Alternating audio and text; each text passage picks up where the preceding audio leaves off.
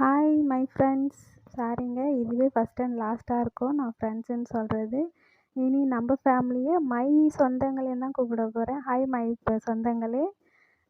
இன்றைக்கி வந்து கேரட்டில் வந்து குழி பணியாரம் எப்படி செய்யுதுன்னு பார்க்கலாம் வாங்க. எண்ணெயில் கடுகு, உளுத்தம் பருப்பு, ஜீரகம், அப்புறம் வெங்காயம் போட்டு பச்சை மிளகாய், கருவேப்பிலை, கொத்தமல்லி, புதினா, இஞ்சி பூண்டு பேஸ்ட்டு இதெல்லாம் போட்டு நல்லா வதக்கிக்கோங்க. கேரட்டு போட்டு நல்லா வதக்கிட்டு லைட்டாக சால்ட்டு போட்டுக்கோங்க.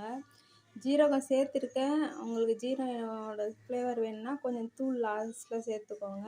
அதை வந்து கரைச்ச மாவில் தோசை மாவு தான் நல்லா கலந்து விட்டுக்கோங்க. அப்புறம் குழி பணியாரம் தவாவில் போட்டு கொஞ்சம் கொஞ்சமாக ஃபஸ்ட்டில் ஆயில் ஊற்றிட்டு அதுக்கப்புறம் அது எல்லாருக்கும் தெரியும், சாரிங்க, போட்டு எடுத்துக்கோங்க. இதில் என்ன விஷயம்னா, நான் வீடியோ எடுக்கிறதுக்கு திருப்பும் போதும் எடுக்கும் போதும் எடுக்கலைங்க, மறந்துட்டேன், வெரி சாரி.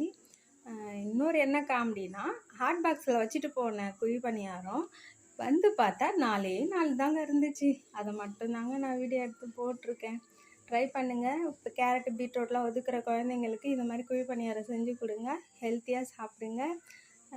ரொம்ப சந்தோஷம் சொந்தங்களே. லைக் பண்ணுங்கள், ஷேர் பண்ணுங்கள், கமெண்ட் பண்ணுங்கள். தேங்க்யூ.